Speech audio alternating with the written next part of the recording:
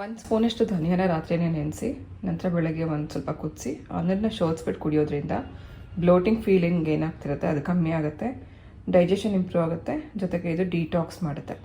ಪೆರಿಮೆನೋಪಾಸಲ್ಲಿ ಒಂದು ದಿನ ಅಂದರೆ 7 ದಿನದ ಡ್ರಿಂಕಲ್ಲಿ 1 ದಿನ ಈ ಥರ ನೀವು ಧನಿಯಾ ನೀರನ್ನು ಬೆಳಗ್ಗೆ ಹೊತ್ತು ಖಾಲಿ ಹೊಟ್ಟೆನಲ್ಲಿ ಸಿಪ್ ಬೈ ಸಿಪ್ ಇದನ್ನು ಕುಡಿಬೇಕು. ಇಂಡಸ್ ವ್ಯಾಲಿಯಿಂದ ಬಂದಿರುವಂಥ ಪಾತ್ರೆಗಳ ಹಾಲ್ ಇವತ್ತು ನೋಡ್ಕೊಂಬರೋಣ. ಈ ಸರ್ತಿ ಯಾವ್ಯಾವ ರೀತಿ ಪಾತ್ರೆಗಳು ಬಂದಿದೆ ಅಂತ. ಸೊ ಪಾತ್ರೆ ಅಂದರೆ ಎಲ್ರಿಗೂ ಇಷ್ಟ ಆಗುತ್ತಲ್ಲ, ನನಗಂತೂ ಇದನ್ನು ಅನ್ಬಾಕ್ಸಿಂಗ್ ಮಾಡೋದೇ ಒಂದು ಖುಷಿ. ಸೊ ಬನ್ನಿ ಯಾವ್ಯಾವ ಥರ ಪಾತ್ರೆ ಇದೆ ಅಂತ ನೋಡ್ಕೊಂಬರೋಣ. ಮೊದಲನೇ ಪ್ರಾಡಕ್ಟ್ ಇಂಡಸ್ ವ್ಯಾಲಿ ಅವರ ಸ್ಟೇನ್ಲೆಸ್ ಸ್ಟೀಲ್ ಫ್ರೈ ಪ್ಯಾನ್ ಅಥವಾ ಇದನ್ನು ಸ್ಕಿಲೆಟ್ ಅಂತ ಕರೀತಾರೆ. ಇದು 18 ಸೆಂಟಿಮೀಟರ್ ಅಗಲ ಇದೆ, ಕ್ಯೂಟ್ ಆಗಿದೆ, ಕ್ವಾಲಿಟಿ ಮಾತ್ರ ತುಂಬ ಚೆನ್ನಾಗಿದೆ. ಇದು ನಾನ್ ಸ್ಟಿಕ್ ಥರನೂ ಕೆಲಸ ಮಾಡುತ್ತೆ.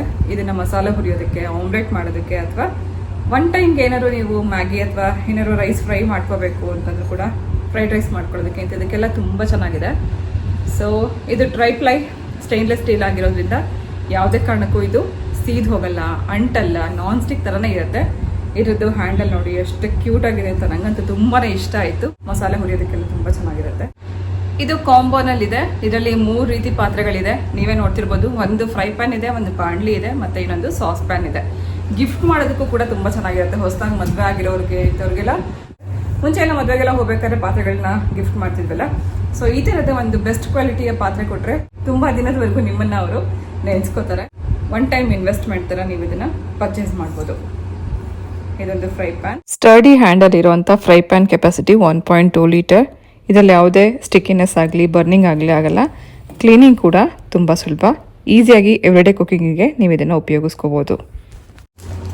ನಂತರ ಒಂದು ಕ್ಯೂಟ್ ಆಗಿರೋವಂಥ ಸ್ಟೇನ್ಲೆಸ್ ಸ್ಟೀಲ್ ಕಡಾಯಿ ಅಥವಾ ಬಾಂಡ್ಲಿ. ಇದರ ಕೆಪಾಸಿಟಿ 2.2 ಲೀಟರ್. ಸ್ಟೀಲ್ ಪಾತ್ರೆ ಅಂಗಡಿಯಲ್ಲಿ ತಗೊಳ್ಳೋಂಥ ಪಾತ್ರೆಗಳಿಗೆ ಈ ಕಡೆ ಸ್ಕ್ರೂ ಅಂತ ಇರುತ್ತಲ್ಲ, ಆ ಸ್ಕ್ರೂ ಯಾವಾಗಲೂ ಬಿಚ್ಚೋಗುತ್ತೆ. ಒಂದೊಂದ್ಸತಿ ಹ್ಯಾಂಡಲ್ ಕಿತ್ಕೊಂಡ್ಬಂದ್ಬಿಡುತ್ತೆ. ಒಂದೊಂದಕ್ಕೆ ಪಾತ್ರೆಗಳಿಗೆ ಹ್ಯಾಂಡಲೇ ಇರಲ್ಲ. ಬಟ್ ಈ ಥರ ಇಂಡಸ್ ವ್ಯಾಲಿಲಿ ಸಿಗೋಂಥ ಪಾತ್ರೆಗಳಲ್ಲಿ ಯಾವುದೇ ಕಾರಣಕ್ಕೂ ಹ್ಯಾಂಡಲ್ ಸಪ್ರೇಟ್ ಆಗೋದಕ್ಕೆ ಸಾಧ್ಯನೇ ಇಲ್ಲ. ಆ ರೀತಿ ಇದನ್ನು ಮಾಡಿದ್ದಾರೆ. ಮತ್ತೊಂದು ಸಾಸ್ ಪ್ಯಾನ್, ಇದನ್ನು ಹಾಲು ಕಾಯಿಸೋದಕ್ಕೆ, ಕಾಫಿ ಟೀ ಮಾಡಲಿಕ್ಕೆ, ಸೂಪ್ ಮಾಡೋದಕ್ಕೆ, ಅಥವಾ ಕಷಾಯ ಮಾಡೋದಕ್ಕೆ, ಅಥವಾ ಮಿಲೆಟ್ ಮಿಕ್ಸ್ ಮಾಡಲಿಕ್ಕೆ, ಇಂಥದಕ್ಕೆಲ್ಲ ನೀವು ಇದನ್ನು ಉಪಯೋಗಿಸ್ಕೋಬೋದು. ಸಾಸ್ ಪ್ಯಾನ್ ಥರನೇ ಇರೋದ್ರಿಂದ ಇದನ್ನು ಲಿಕ್ವಿಡ್ ಐಟಮ್ಸ್ ಏನಾದ್ರು ಮಾಡಲಿಕ್ಕೆ ಉಪಯೋಗಿಸ್ಕೋಬೋದು. ಮೊಟ್ಟೆ ಬೇಯಿಸೋದಕ್ಕೂ ಕೂಡ ಉಪಯೋಗಿಸ್ಕೋಬೋದು. ಎಷ್ಟು ಚೆನ್ನಾಗಿದೆ ನೋಡಿ, ಕ್ಯೂಟ್ ಆಗಿದೆ. ಸೊ ಇದು 3 ಕಾಂಬೋ ಪ್ಯಾಕಲ್ಲಿ ನಿಮಗೆ ಸಿಗುತ್ತೆ. ಹೊಸದಾಗಿ ಏನಾದ್ರು ನೀವು ಅಡುಗೆ ಮನೆಗೆ ಪಾತ್ರೆಗಳನ್ನ ತಗೋಬೇಕು ಅಂತ ಅನ್ಕೊಂಡಿದ್ರೆ ತಗೊಳ್ಳಿ ಅಂತ ನಾನು ಹೇಳಕ್ಕೆ ಇಷ್ಟಪಡ್ತೀನಿ. ಯಾಕಂದರೆ ಅಷ್ಟು ಒಳ್ಳೆ ಬೆಸ್ಟ್ ಕ್ವಾಲಿಟಿ ಪಾತ್ರೆಗಳು ಇಂಡಸ್ ವ್ಯಾಲಿನಲ್ಲಿ ಸಿಗುತ್ತೆ. ಸೊ ಇವತ್ತು ನಾನು ತೋರಿಸಿರೋಂಥ ಈ ಎಲ್ಲ ಪಾತ್ರೆಗಳ ಲಿಂಕ್ ಡಿಸ್ಕ್ರಿಪ್ಷನ್ ಬಾಕ್ಸಲ್ಲಿ ಇರುತ್ತೆ, ಚೆಕ್ ಮಾಡಿ. ನನ್ನ ಕೂಪನ್ ಕೋಡ್ನ ಉಪಯೋಗಿಸ್ಕೊಂಡ್ರೆ ನಿಮಗೆ ಎಕ್ಸ್ಟ್ರಾ ಅಡಿಷ್ನಲ್ ಡಿಸ್ಕೌಂಟ್ ಕೂಡ ಸಿಗುತ್ತೆ. ಸೊ ನನ್ನ ಕೂಪನ್ ಕೋಡ್ನ ಉಪಯೋಗಿಸ್ಕೊಂಡು ನೀವು ಸ್ಟೀಲ್ ಪಾತ್ರೆ ಅಷ್ಟೇ ಅಲ್ಲದೆ ಯಾವುದೇ ರೀತಿ ಪಾತ್ರೆಗಳನ್ನ ಇಂಡಸ್ ವ್ಯಾಲಿನಲ್ಲಿ ನೀವು ಪರ್ಚೇಸ್ ಮಾಡ್ಬೋದು. ಹಾಗೆ ನೀವು ಬೇರೆಯವ್ರಿಗೂ ಕೂಡ ರೆಕಮೆಂಡ್ ಮಾಡ್ಬೋದು. ಡೈಲಿ ಇಂಡಸ್ ವ್ಯಾಲಿ ಪಾತ್ರೆಗಳನ್ನ ಉಪಯೋಗಿಸಿ ಅಡುಗೆ ಮಾಡುವಾಗ ನಾನು ನಿಮಗೆ ತೋರಿಸಿರ್ತೀನಿ ಇದೆಷ್ಟು ಒಳ್ಳೆ ಕ್ವಾಲಿಟಿ ಇದೆ ಅಂತ.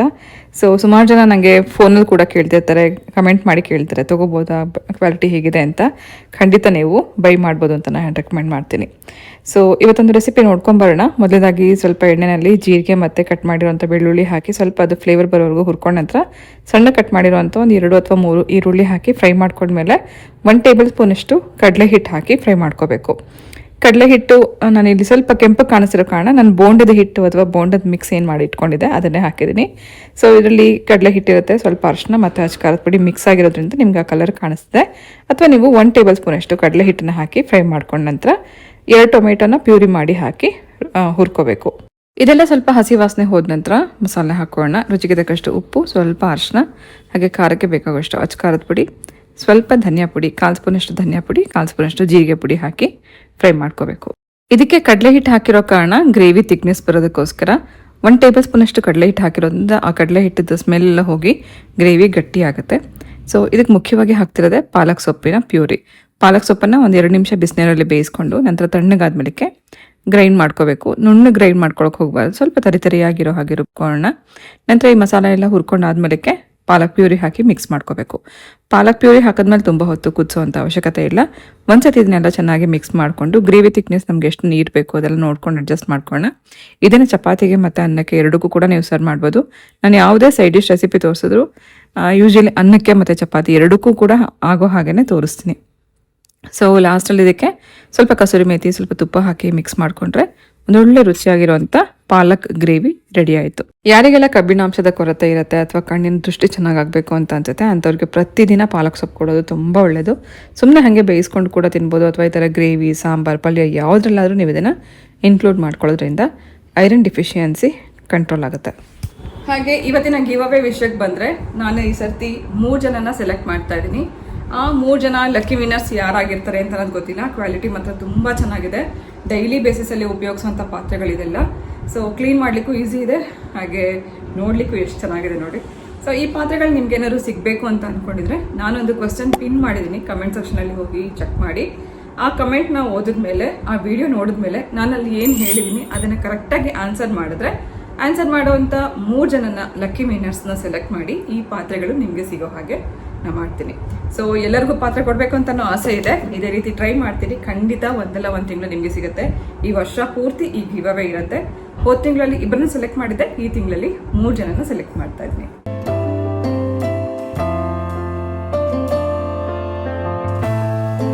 ಸಮ್ಮರ್ ಶುರುವಾಯಿತು ಅಂದರೆ ಈ ಸೈಡಿಂದ ನಮಗೆ ಬಿಸಿಲು ಜಾಸ್ತಿ ಬರುತ್ತೆ. ಹಾಗಾಗಿ ಆ ಗ್ಲಾಸ್ ಎಲ್ಲ ಕಾಯ್ದುಬಿಟ್ಟಿರುತ್ತೆ. ಆ ಕಡೆ ವಿಂಡೋ ಸೈಡ್ ಇರುವಂಥ ದೊಡ್ಡ ದೊಡ್ಡ ಗ್ಲಾಸ್ ಕೂಡ ಚೆನ್ನಾಗಿ ಬಿಸಿಯಾಗೋಗಿರುತ್ತೆ. ಈ ಹಾಲಲ್ಲಿರೋದೇ ತುಂಬ ಕಷ್ಟ, ಅಷ್ಟು ಬಿಸಿಯಾಗೋಕ್ಕೆ ಶುರುವಾಗುತ್ತೆ. ಸೊ ಇನ್ನು ಬರೋವಂಥ 2-3 ತಿಂಗಳು ಅದು ಹೇಗೆ ಕಳೆಯೋದು ಅಂತಲೇ ಗೊತ್ತಿಲ್ಲ, ಅಷ್ಟು ಹೀಟ್ ಆಗುತ್ತೆ. ಇದಿನ್ನೂ ಬಿಗಿನಿಂಗ್ ಅಷ್ಟೇ, ಇವಾಗಲೇ ಇಷ್ಟೊಂದು ಶೆಕೆ ಆಗುತ್ತೆ. ಹೊರಗಡೆ ಏನಾದ್ರು ಹೋಗಬೇಕು ಅಂತಂದಾಗ ಒಂದ್ಸತಿ ಆಚೆ ನೋಡಿದ್ರೆ ಹೋಗೋದೇ ಬೇಡ ಅಂತ ಡಿಸೈಡ್ ಮಾಡಬೇಕು ಅಂತ ಅನಿಸ್ಬಿಡುತ್ತೆ, ಅಷ್ಟು ಶೆಕೆ. ಸೊ ಮಧ್ಯಾಹ್ನದ ಹೊತ್ತು ಹೋಗೋಂಥ ಪ್ಲಾನ್ ಇಟ್ಕೊಂಡಿದ್ರೆ ಖಂಡಿತ ಈ ಸಮ್ಮರಲ್ಲಿ ಕ್ಯಾನ್ಸಲ್ ಮಾಡೋದೇ ಒಳ್ಳೆಯದು. ಆದಷ್ಟು ಸಂಜೆ ಹೊತ್ತು ಅಥವಾ ಬೆಳಗ್ಗೆ ಹೊತ್ತು ಹೊರಗಡೆ ಕೆಲಸಗಳನ್ನ ಮುಗಿಸ್ಕೋಬೇಕು. ಯಾಕಂದರೆ ತುಂಬ ಬೇಗ ಡಿಹೈಡ್ರೇಟ್ ಆಗಿ ಹೋಗ್ತೀವಿ, ಸ್ಕಿನ್ ಎಲ್ಲ ಬರ್ನ್ ಆಗೋಕ್ಕೆ ಶುರುವಾಗುತ್ತೆ. ಅದರಲ್ಲೂ ಸಮ್ಮರಲ್ಲಿ ನಾವು ಎಷ್ಟು ನೀರು ಕುಡಿದ್ರೂ ಸಾಕಾಗಲ್ಲ. ನೀರು ಕುಡಿಬೇಕು ಅಂತ ಅನ್ನಿಸ್ತಾನೆ ಇರುತ್ತೆ. ಹೊಟ್ಟೆ ತುಂಬ ಬರೀ ನೀರು ಕುಡಿದ್ರೂ ಕೂಡ ತೃಪ್ತಿ ಅಂತ ಅನ್ಸಲ್ಲ, ಅಷ್ಟೇ ಬಿಸಿಲಿದೆ. ಇದಿನ್ನೂ ಪ್ರಾರಂಭ ಅಷ್ಟೇ, ಇವಾಗಲೇ ಇಷ್ಟೊಂದು ಬಿಸಿಲಿದೆ. ಇನ್ನು ಮುಂದಿನ ತಿಂಗಳು 2 ತಿಂಗಳು 3 ತಿಂಗಳು ಈ ಬಿಸಿಲನ್ನು ತಡ್ಕೊಳ್ಳೋದಿದೆಯಲ್ಲ, ಅದು ತುಂಬ ಕಷ್ಟ. ಈ ಮಸಾಲ ವರ್ಕ್ ಎಲ್ಲ ಮಾಡಬೇಕಾದ್ರಂತೂ ತುಂಬ ಕಷ್ಟ ಆಗುತ್ತೆ. ಲಾಸ್ಟ್ ಇಯರ್ ನಾವು ಎಷ್ಟು ಕಷ್ಟಪಟ್ಟಿದ್ದೀವಿ ಅಂದರೆ, ಸಾಂಬಾರು ಪೌಡ್ರ್ ಮಾಡಬೇಕಾದ್ರೆ ಮೆಣಸಿನ್ಕಾಯಿ ಹುರಿಬೇಕು, ಕೆಲವು ಮಸಾಲೆಗಳನ್ನ ಹುರಿಬೇಕು, ಸ್ಟವ್ ಮುಂದೆ ಕೂರೋಕ್ಕೆ ಆಗಲ್ಲ ಅಷ್ಟು ಬಿಸಿಲು. ಜೊತೆಗೆ ಮೆಣಸಿನ್ಕಾಯಿನೆಲ್ಲ ಬಿಸಿಲನ್ನು ಒಣಗಿಸೋದು, ಧನಿಯಾ ಒಣಗಿಸೋದು, ಮತ್ತು ಅದನ್ನು ಹುರಿಯೋದು, ಪೌಡ್ರ್ ಮಾಡಿಸ್ಕೊಂಬರೋದು, ಮತ್ತು ಜಲ್ಡಿ ಮಾಡಿ ಪ್ಯಾಕ್ ಮಾಡೋದು. ಸಾಂಬಾರು ಪುಡಿ ಕೆಲಸ ಮಾತ್ರ ತುಂಬ ರಿಸ್ಕ್ ಇದೆ ಈ ಬೇಸಿಗೆನಲ್ಲಿ ಮಾಡೋದು. ಅದ್ರ ಜೊತೆಗೆ ಇವಾಗಲೇ ಹಪ್ಪಳ, ಸಂಡಿಗೆ, ಉಪ್ಪಿನಕಾಯಿ ಇಂಥದನ್ನೆಲ್ಲ ಮಾಡೋವಂಥದ್ದೆಲ್ಲ ಇರುತ್ತೆ. ಜಾಸ್ತಿ ಕೆಲಸ ಯಾವಾಗಿರುತ್ತೆ ಅಂತಂದರೆ ಈ ಬೇಸಿಗೆನಲ್ಲೇ. ಆದಷ್ಟು ದೇಹನ ತಂಪು ಮಾಡಿಕೊಂಡು ಕೆಲಸಗಳನ್ನ ಮಾಡ್ತಾಯಿರಿ. ಡಿಹೈಡ್ರೇಟ್ ಆಗ್ತಿರುತ್ತೆ, ಆದಷ್ಟು ನೀರನ್ನ ಜಾಸ್ತಿ ಕುಡಿಬೇಕು. ನಿಮಗೆ ತಲುಪಿಸೋಂಥ ಈ ಎಲ್ಲ ವಸ್ತುಗಳನ್ನು ಜೋಪಾನವಾಗಿ ಒಂದು ಬಾಕ್ಸಲ್ಲಿ ಹಾಕಿ ಇಟ್ಟಿರ್ತೀನಿ. ಗಿವ್ ಅವೇ ವಿನ್ನರ್ ಅನೌನ್ಸ್ಮೆಂಟ್ ಆಗೋವರೆಗೂ ಅದು ಸೇಫಾಗಿ ಬಾಕ್ಸಲ್ಲಿರುತ್ತೆ. ಆನಂತರ ನಿಮ್ಮ ಅಡ್ರೆಸ್ಗೆ ಇದನ್ನು ಕಳಿಸ್ಕೊಡ್ತೀನಿ. ಸೊ ಒಂದ್ಸತಿ ಅನ್ಬಾಕ್ಸಿಂಗ್ ಅಂತ ಆದಮೇಲೆ ಮನೆ ಫುಲ್ ಮೆಸ್ ಆಗಿರುತ್ತೆ. ಅದನ್ನೆಲ್ಲ ಫಸ್ಟ್ ಕ್ಲೀನ್ ಮಾಡಿದ ನಂತರ ಮತ್ತೊಂದು ಪ್ರಾಡಕ್ಟ್ ಬಗ್ಗೆ ನಿಮಗೆ ತೋರಿಸ್ತಾ ಇದ್ದೀನಿ. ನಿಮ್ಮೆಲ್ಲರಿಗೂ ಗೊತ್ತಿದೆ ಅಂತ ಅನ್ಕೋತೀನಿ, ನಮ್ಮ ಹೊಸ ಪ್ರಾಡಕ್ಟ್ ಎಣ್ಗಾಯಿ ಮಸಾಲ ರೆಡಿಯಾಗಿದೆ. ಯಾರೆಲ್ಲ ಆರ್ಡರ್ ಮಾಡಿದ್ದೀರಾ, ತರಿಸ್ಕೊಂಡು ಟ್ರೈ ಮಾಡಿದ್ಮೇಲೆ ಹೇಗಿತ್ತು ಅಂತ ನನಗೆ ಕಮೆಂಟ್ ಸೆಕ್ಷನಲ್ಲಿ ತಿಳಿಸಿ. ತುಂಬ ರಿಕ್ವೆಸ್ಟ್ ಮಾಡ್ಕೊಂಡಿದ್ರು ಒಬ್ಬರು, ಎಣ್ಗಾಯಿ ಮಸಾಲ ಮಾಡಿ ಅಂತ ಹೇಳಿ. ಇದನ್ನು ನಾನಂತೂ 2 ಸತಿ 3 ಸತಿ ಟ್ರೈ ಮಾಡಿ ಟೇಸ್ಟ್ ಚೆನ್ನಾಗಿದೆಯಾ ಓಕೆ ಅಂತ ಆದಮೇಲೆ ನಾನು ಇದನ್ನು ಪ್ರಾಡಕ್ಟ್ನ ಲಾಂಚ್ ಮಾಡಿದ್ವಿ. ತುಂಬ ಚೆನ್ನಾಗಾಗುತ್ತೆ. ಡೀಟೇಲ್ ರೆಸಿಪಿ ಕೂಡ ನಾವು ಹಾಕಿದ್ದೀವಿ ಹೇಗೆ ಮಾಡಬೇಕು ಅಂತ. ಹಾಗೆ ನಮ್ಮ ಇನ್ಸ್ಟಾಗ್ರಾಮಲ್ಲಿ ಪೇಜಲ್ಲಿ ಕೂಡ ನಾನೊಂದು ರೆಸಿಪಿ ಶೇರ್ ಮಾಡಿದ್ದೀನಿ. ಇದನ್ನು ಉಪಯೋಗಿಸ್ಕೊಂಡು ಹೇಗೆ ಎಣ್ಗಾಯಿ ಮಾಡ್ಬೋದು ಅಂತ. ಏನೂ ಹುರಿಯೋ ಹಾಗಿಲ್ಲ, ರುಬ್ಬೋ ಹಾಗಿಲ್ಲ. ಈ ಪೌಡರ್ನ ಸ್ವಲ್ಪ ಶುಂಠಿ ಬೆಳ್ಳುಳ್ಳಿ ಪೇಸ್ಟ್ ಜೊತೆಗೆ ಸ್ವಲ್ಪ ನೀರು ಹಾಕಿ ಕಲಿಸ್ಕೊಂಡು, ನೀರು ಅಥವಾ ಎಣ್ಣೆ ಹಾಕಿ ಕಲಿಸ್ಕೊಂಡು, ಬದನೆಕಾಯಿ ಕಟ್ ಮಾಡಿ ಅದ್ರ ಒಳಗಡೆ ಹಾಕಿ ಸ್ಟಫ್ ಮಾಡಿ, ಈರುಳ್ಳಿ ಸ್ವಲ್ಪ ಒಗ್ಗರಣೆ ಮಾಡಿಕೊಂಡು, ನಂತರ ಅದರಲ್ಲಿ ಸ್ಟಫ್ ಮಾಡಿರೋ ಬದನೆಕಾಯಿನ ಸ್ವಲ್ಪ ಹೊತ್ತು ಫ್ರೈ ಮಾಡಿಕೊಂಡು, ನಂತರ ಇದೇ ಪೌಡರ್ನ ಸ್ವಲ್ಪ ನೀರು ಹಾಕಿ ಕಲಿಸ್ಬಿಟ್ಟು ಗ್ರೇವಿ ಥರ ಮಾಡ್ಕೋಬೋದು. ಆ ಗ್ರೇವಿಗೆ ಹುಣಸೆ ರಸ ಮತ್ತು ಸ್ವಲ್ಪ ಬೆಲ್ಲ ಟೇಸ್ಟ್ ಬ್ಯಾಲೆನ್ಸ್ ಮಾಡೋಕ್ಕೆ ಹಾಕ್ಕೋಬೋದು. ಇದರಲ್ಲಿ ಉಪ್ಪು ಹಾಕಿರ್ತೀನಿ, ನೀವು ಚೆಕ್ ಮಾಡಿಕೊಂಡು ಉಪ್ಪು ಖಾರ ಎಲ್ಲ ಬೇಕಂದ್ರೆ ನೀವು ಎಕ್ಸ್ಟ್ರಾ ಹಾಕ್ಕೋಬೋದು. ಏನೂ ಹಾಕ್ದಲೇ ಈಸಿಯಾಗಿ ಮಾಡ್ಕೊಳ್ಳುವಂಥ ರೀತಿಯಲ್ಲಿ ನಾವು ಈ ಎಣ್ಗಾಯಿ ಮಸಾಲನ ಲಾಂಚ್ ಮಾಡಿದ್ದೀವಿ. ಚೆಕ್ ಮಾಡಿ. ಡಿಸ್ಕ್ರಿಪ್ಷನ್ ಬಾಕ್ಸಲ್ಲಿ ಕೂಡ ನಮ್ಮ ವೆಬ್ಸೈಟ್ ಅಡ್ರೆಸ್ ಕೊಟ್ಟಿರ್ತೀನಿ, ಹಾಗೆ ನಮ್ಮ ವಾಟ್ಸಪ್ ನಂಬರ್ ಕೂಡ ಕೊಟ್ಟಿರ್ತೀನಿ. ವಾಟ್ಸಪ್ ನಂಬರ್ ಮೂಲಕ ಹಾಗೆ ವೆಬ್ಸೈಟ್ ಮೂಲಕ ನೀವು ಆರ್ಡರ್ ಪ್ಲೇಸ್ ಮಾಡ್ಬೋದು. ತುಂಬ ಚೆನ್ನಾಗಾಗುತ್ತೆ. ಖಂಡಿತ ಒಂದ್ಸತಿ ನಮ್ಮ ಎಣ್ಗಾಯಿ ಮಸಾಲ ಇಂಡಿಯಾದಲ್ಲೇ ಎಲ್ಲೂ ಇದನ್ನು ಲಾಂಚ್ ಮಾಡಿಲ್ಲ. ಕೆಲವು 2-3 ಪ್ರಾಡಕ್ಟ್ ನಾನು ನೋಡಿದೆ, ಆದರೆ ಎಲ್ಲೂ ಹೊರಗಡೆ ಅದು ಮಾರ್ಕೆಟಲ್ಲಿ ಸಿಗ್ತಾ ಇಲ್ಲ. ನಮ್ಮ ಪ್ರಾಡಕ್ಟ್ ಪ್ಯಾನ್ ಇಂಡಿಯಾ ಡೆಲಿವರಿ ಇರುತ್ತೆ, ತರಿಸ್ಕೊಂಡು ಟ್ರೈ ಮಾಡಿ ನೋಡಿ. ಕರ್ನಾಟಕದ ಸ್ಪೆಷಲ್ ಮಸಾಲೆ ಬದನೆಕಾಯಿ ಎಣ್ಗಾಯಿ ಈ ರೀತಿ ಇರುತ್ತೆ. ಇದರಲ್ಲಿ ಕೊಬ್ಬರಿ, ಕಡಲೆಬೀಜ, ಎಳ್ಳು, ಮಸಾಲೆಗಳು ಎಲ್ಲನೂ ಬ್ಲೆಂಡ್ ಆಗಿರುತ್ತೆ. ನೀವು ಬೆಲ್ಲ, ಹುಣಸೆಹಣ್ಣು, ಶುಂಠಿ ಬೆಳ್ಳುಳ್ಳಿ ಪೇಸ್ಟ್ ಇದು 3 ಮಾತ್ರ ಉಪಯೋಗಿಸ್ಕೊಂಡು ದಿಢೀರಾಗಿ ಬೇಕಂದಾಗ ಎಣ್ಗಾಯಿ ಮಸಾಲ ಮಾಡ್ಕೋಬೋದು. ತುಂಬ ಚೆನ್ನಾಗಾಗುತ್ತೆ, ಟ್ರೈ ಮಾಡಿ ನೋಡಿ. ಇವತ್ತು ನನ್ನ ತುಂಬ ದಿನದ ಕನಸು ನನಸಾಗ್ತಾ ಇದೆ. ಇದೊಂದು ಆಸೆ ನಂಗೆ ತುಂಬ ದಿನದಿಂದ ಇತ್ತು. ಆ ಕನಸನ್ನು ನನಸು ಮಾಡಿದ್ದು ಪ್ರಿಯಾ. ಸೊ ಸಣ್ಣ ಸಣ್ಣ ವಿಷಯಗಳೇ ನಂಗೆ ತುಂಬ ಜಾಸ್ತಿ ಖುಷಿ ಕೊಡುತ್ತೆ. ಖುಷಿ ಪಡೋದಕ್ಕೋಸ್ಕರ ದುಡ್ಡು ಖರ್ಚು ಮಾಡಬೇಕು ಅಥವಾ ತುಂಬ ಜಾಸ್ತಿ ಆಡಂಬರದಿಂದ ಇರಬೇಕು ಅಂತೇನಿಲ್ಲ. Simple life. ಆದರೆ ಕೆಲವೊಂದು ಆಸೆಗಳನ್ನ ಫುಲ್ಫಿಲ್ ಮಾಡ್ಕೊಳಕ್ಕಾಗಲಿಲ್ಲ ಅಂತ ಎಲ್ಲೋ ಒಂದು ಕಡೆ ಮನಸ್ಸಲ್ಲಿ ಬೇಜಾರಿತ್ತು. ಅದು ಇವತ್ತು ಪೂರ್ತಿ ಆಯಿತು.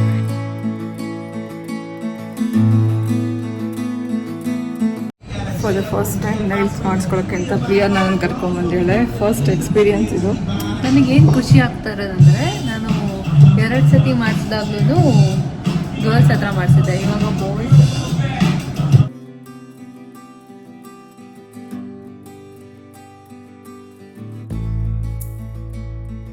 ಪಾಪ ನಂಗೆ ಎಷ್ಟೊತ್ತಿಂದ ಮಾಡ್ತಾರೆ ಪ್ರೀಯಿಂದಾಗಲಿ ನೈಲ್ ಹಾಕಿದಾಯಿತು. ಯಾಕಂದರೆ ನನ್ನ ಕೈಯಲ್ಲಿ ಅಷ್ಟು ಡೆಡ್ ಸ್ಕಿನ್ ಇದೆ, ಅದನ್ನೆಲ್ಲ ತೆಗೆದು ನೈಲ್ ಕಟ್ ಮಾಡೋದು ತುಂಬ ಟೈಮ್ ತಗೋತಿದೆ.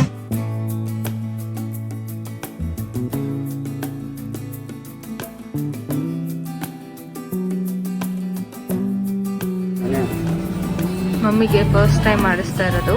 ನಂಗೆ ಅಷ್ಟುದ್ದ ಬೇಡ, ಇಷ್ಟುದ್ದ ಬೇಡ, ಇನ್ನೂ ಶಾರ್ಟ್ ಅಂತ ಪಾಪ ಅವರಿಗೆ ತಲೆ ತಿಂದ್ಬಿಟ್ರು. ಆಮೇಲೆ ಇವಾಗ ಇಬ್ಬಿಬ್ರು ಮಾಡ್ತಿದ್ದಾರೆ.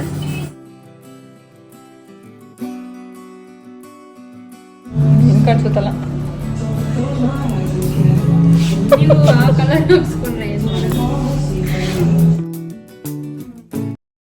ಚಪಾತಿಗೆ ಒಂದು ಸೈಡ್ ಡಿಶ್ ರೆಸಿಪಿ ಮಾಡ್ತಾ ಇದ್ದೀನಿ, ಸ್ವಲ್ಪ ಡಿಫ್ರೆಂಟ್ ಆಗಿ. ಇದು ಎಗ್ ಡ್ರಾಪ್ ಕರಿ. ಎಗ್ ಡ್ರಾಪ್ ಕರಿ ಮಾಡೋದಕ್ಕೆ ಮೊದಲದಾಗಿ ಬಾಣಲಿನಲ್ಲಿ 2 ಸ್ಪೂನಷ್ಟು ಎಣ್ಣೆ ಹಾಕಿ ಅದರಲ್ಲಿ ಸ್ವಲ್ಪ ಜೀರಿಗೆ, ಸೋಂಪು, ಚಕ್ಕೆ, ಲವಂಗ ಹಾಕಿ ಫ್ರೈ ಮಾಡ್ಕೋಬೇಕು. ಹೋಲ್ ಮಸಾಲ ಹುರ್ಕೊಂಡ ನಂತರ 2 ಈರುಳ್ಳಿ, 2 ಮೆಣಸಿನಕಾಯಿ, ಸ್ವಲ್ಪ ಕರಿಬೇವು ಹಾಕಿ ಫ್ರೈ ಮಾಡ್ಕೊಳ್ಳೋಣ. ಈರುಳ್ಳಿ ಲೈಟಾಗಿ ಟ್ರಾನ್ಸ್ಪರೆಂಟ್ ಆದ ನಂತರ ಅರ್ಧ ಸ್ಪೂನ್ ಶುಂಠಿ ಬೆಳ್ಳುಳ್ಳಿ ಪೇಸ್ಟ್, 2 ಟೊಮೆಟೊ, ಸ್ವಲ್ಪ ಉಪ್ಪು ಹಾಕಿ ಟೊಮೆಟೊ ಮೆತ್ತಗಾಗುವವರೆಗೂ ಹುರ್ಕೋಬೇಕು. ನಂತರ ಇದಕ್ಕೆ 1/4 ಸ್ಪೂನಷ್ಟು ಅರಿಶಿನ, ಖಾರಕ್ಕೆ ಬೇಕಾಗುವಷ್ಟು ಖಾರದ ಪುಡಿ, ಅರ್ಧ ಸ್ಪೂನ್ ಧನಿಯಾ ಪುಡಿ, ಸ್ವಲ್ಪ ನಾನ್ ವೆಜ್ ಮಸಾಲ ಅಥವಾ ಗರಂ ಮಸಾಲ, ಸ್ವಲ್ಪ ಜೀರಿಗೆ ಪುಡಿ ಹಾಕಿ ಫ್ರೈ ಮಾಡ್ಕೋಬೇಕು. ಮಸಾಲ ಪುಡಿ ಎಲ್ಲ ಸ್ವಲ್ಪ ಹೊತ್ತು ಹುರ್ಕೊಂಡ ನಂತರ ಇದಕ್ಕೆ ಬೇಯಿಸಿಟ್ಕೊಂಡಿರುವಂಥ ಹಿತ್ಕಿದ ಬೇಳೆ ಹಾಕಿದ್ದೀನಿ. ಹಿತ್ಕ ಅವರೆಕಾಳು ಇದ್ದರೆ ಹಾಕೋಬೋದು, ಇಲ್ಲ ಅಂತಂದರೆ ಸ್ಕಿಪ್ ಮಾಡ್ಬೋದು. ಸ್ವಲ್ಪ ಬೇಳೆ ಇದ್ದದನ್ನು ಉಪ್ಪು ಹಾಕಿ ಫಸ್ಟೇ ಒಂದು ಸ್ವಲ್ಪ ಬೇಯಿಸಿ ಇಟ್ಕೊಂಡಿದ್ದೆ. ಬೇಯಿಸಿರುವಂಥ ಅವರೆಕಾಳು ಸ್ವಲ್ಪ ನೀರು ಹಾಕಿ ಇದನ್ನು ಮಸಾಲ ಜೊತೆಗೆ ಒಂದು ಸ್ವಲ್ಪ ಹೊತ್ತು ಕುದಿಸ್ಕೋಬೇಕು. ಕಾಳು ಜೊತೆಗೆ ಮಸಾಲೆ ಎಲ್ಲ ಚೆನ್ನಾಗಿ ಕುದಿಸ್ಕೊಂಡ ನಂತರ ಇದಕ್ಕೆ ನಮಗೆ ಎಷ್ಟು ಬೇಕೋ ಅಷ್ಟು ಮೊಟ್ಟೆ ಡ್ರಾಪ್ ಮಾಡ್ಕೋಬೇಕು.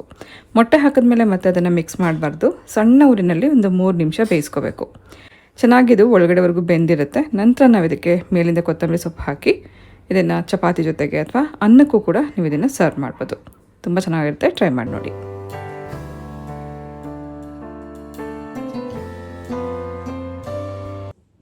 ಎಷ್ಟೋ ದಿನದ ಆಸೆ, ನನಗೆ ಉಗುರು ಬೆಳೆಸ್ಕೊಳ್ಬೇಕಂತ ತುಂಬ ಆಸೆ, ಬಟ್ ಬೆಳೀತಿರ್ಲಿಲ್ಲ. ಸ್ವಲ್ಪ ಬೆಳೀತಾ ಇತ್ತು. ನೀರಲ್ಲಿ ಕೆಲಸ ಮಾಡ್ತಿರ್ತೀವಿ, ಆ ತೇವದಿಂದ ಕಟ್ಟಾಗ್ಬಿಡ್ತಾ ಇತ್ತು. ಸ್ಟ್ರೆಂತ್ ಕಮ್ಮಿ. ನೈಲ್ದು ನಾನು ತುಂಬ ತೆಳ್ಳಗಿದೆ, ಬೆಳೆಸ್ಕೋಬೇಕು ಅಂತ ಎಷ್ಟು ಸರ್ತಿ ಪ್ರಯತ್ನ ಪಟ್ಟಿದ್ರು ಆಗ್ತಿರ್ಲಿಲ್ಲ. ಇವತ್ತು ಈ ಆರ್ಟಿಫಿಷಿಯಲ್ ನೈಲ್ಸ್ ಹಾಕಿಸ್ಕೊಂಡ್ಮೇಲೆ ಅದೆಷ್ಟು ಖುಷಿ ಆಗ್ತಿದೆ. ಇದು ನನಗೆ ಇಷ್ಟ ಇರಲಿಲ್ಲ, ರೈಟ್ ಹ್ಯಾಂಡ್ಗೆ ಹಾಕಿಸ್ಕೊಳ್ಳೋಕೆ ಇಷ್ಟ ಇರಲಿಲ್ಲ. ಪ್ರಿಯ ಬಲವಂತ ಮಾಡಿ ಹಾಕಿಸ್ಕೊಳ್ಳೋದಿದ್ರೆ 2 ಕೈಗೂ ಹಾಕಿಸ್ಕೊಳ್ಳಿ ಅಂತ ಹೇಳಿ 2 ಕೈಗೆ ಹಾಕ್ಸಿದಾಳೆ. ಇದು ಬೇಗ ತೆಗೆಸ್ಬಿಡ್ತೀನಿ ನಾನು, ನನಗೆ ಇಷ್ಟ ಇಲ್ಲ. ಆದರೆ ಲೆಫ್ಟ್ ಹ್ಯಾಂಡಲ್ಲಂತೂ ಕಂಟಿನ್ಯೂ ಮಾಡ್ತೀನಿ, ಅವಾಗ ಹಾಕಿಸ್ಕೊತಾ ಇರ್ತೀನಿ. ಈ ಕಲರ್ ಹಾಕಿಸ್ಕೊಂಡಿದ್ದ ಕಾರಣ ನಂಗೆ ತುಂಬ ಇಷ್ಟ. ಈ ಕಲರ್ ಬ್ಲೂ ನಂಗೆ ತುಂಬ ಇಷ್ಟ. ಪರ್ಸ್ನಲಿ ನನಗೆ ಬ್ಲೂ ಕಲರ್ ತುಂಬ ಇಷ್ಟ ಆಗುತ್ತೆ. ಸೊ ಹಾಗಾಗಿ ಈ ಕಲರ್ ಚೂಸ್ ಮಾಡಿದೆ. ಇದು ನೈಲ್ ಪೇಂಟ್ ಏನಿದೆ, ಬೇರೆ ನೈಲ್ ಪೇಂಟ್ ಥರ ಅಲ್ಲ. ಎಷ್ಟೇ ನೀವು ಕೆಲಸ ಮಾಡಿದ್ರೂ ಕೂಡ ಹೋಗಲ್ಲ, ಹೀಗೆ ಇರುತ್ತೆ, ಪರ್ಮನೆಂಟ್ ಆಗಿರುತ್ತೆ. ಹಾಯ್ ಹರ್ಷಪುಟ್ಟ, ಗುಡ್ ಮಾರ್ನಿಂಗ್. ಸೊ ರೀಸೆಂಟಾಗಿ ನನ್ನ ನೈಲ್ ಆರ್ಟ್ ಏನು ಮಾಡಿಸ್ಕೊಂಬಂದಿದ್ದೆ, ತುಂಬ ಖುಷಿ ಆಯಿತು. ಬಟ್ ಸ್ವಲ್ಪ ದಿನ ನಮಗಿದು ಅಡ್ಜಸ್ಟ್ ಆಗೋಕ್ಕೆ ಟೈಮ್ ಹಿಡಿಯುತ್ತೆ. ಸ್ಟಾರ್ಟಿಂಗಲ್ಲೇ ನನಗಿದೆಲ್ಲ ಅಭ್ಯಾಸ ಇರಲ್ವಲ್ಲ. ಎಲ್ಲ ಟೈಮಲ್ಲೂ ಕೆಲಸ ಮಾಡುವಾಗ ಸ್ವಲ್ಪ ಇದು ನಮಗೆ ಕೈಗೆ ಗ್ರಿಪ್ ಸಿಗೋಲ್ಲ. ಒಂದು ಫೋನ್ ಎತ್ಕೋಬೇಕಾದ್ರೆ, ಒಂದು ಸ್ಟಿಕ್ಕರ್ ಇಟ್ಕೋಬೇಕಾದ್ರೆ ಸ್ವಲ್ಪ ಕಷ್ಟ ಆಗುತ್ತೆ. ಆನಂತರ ರೂಢಿ ಆದಮೇಲೆ ಸರಿ ಹೋಗ್ಬೋದು. ಆದರೆ ಇದನ್ನು ನಾನು ತೆಗೆಸ್ಬಿಡ್ತೀನಿ. ನನಗಿಷ್ಟ ಆಗ್ತಿಲ್ಲ ರೈಟ್ ಹ್ಯಾಂಡ್ಗೆ ಹಾಕ್ಸ್ಕೊಂಡಿರೋದು. ಇದು ಚೆನ್ನಾಗಿದೆ, ಹೇಗಿದೆ ಕಮೆಂಟ್ ಮಾಡಿ ತಿಳಿಸಿ. ಇದನ್ನ ಇನ್ನೂ ಉದ್ದ ಇಟ್ಕೋಬೇಕು ಅಂತ ಹೇಳಿದ್ದು ಪ್ರಿಯಾ, 2 ಕೈಗೂ ಸೇಮ್ ಲೆಂತ್ ಇರಲಿ ಅಂತ. ಬಟ್ ನಾನೇ ಕೇಳಿ ಇದನ್ನು ಟ್ರಿಮ್ ಮಾಡಿಸ್ಕೊಂಡೆ.